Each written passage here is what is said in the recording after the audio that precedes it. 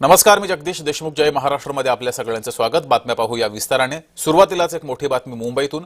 मंत्रालयातील अधिकाऱ्याला लाच घेताना रंगेहात अटक करण्यात आलेली आहे. खारघर परिसरामध्ये लाच घेताना एसीबीने ही कारवाई केली आहे. विलास लाड असं लाचखोर अधिकाऱ्याचं नाव आहे.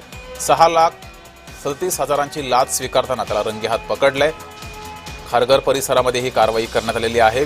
विलास लाड असं या लाचखोर अधिकाऱ्याचं नाव आहे. मंत्रालयातील हा अधिकारी आहे आणि लाच घेताना त्याला रंगेहात पकडलंय. एसीबीने कारवाई केलेली आहे. 6 लाखापेक्षा अधिकची लाच स्वीकारताना या अधिकाऱ्याला रंगेहात पकडलंय. मंत्रालयातील हा अधिकारी असल्याची माहिती समोर येते आहे आणि या लाडला लाच घेताना रंगेहात पकडलंय. खारघर परिसरामध्ये एसीबीने ही कारवाई केली आहे. तब्बल 6,37,000 रुपयांची लाच घेताना विलास लाड या सरकारी अधिकाऱ्याला एसीबीनं रंगेहात पकडलेला आहे, अटक केली आहे. खारघर परिसरामध्ये लाच स्वीकारताना ही कारवाई केली आहे. लाड हा मंत्रालयात अधिकारी असल्याची माहिती समोर येते आहे.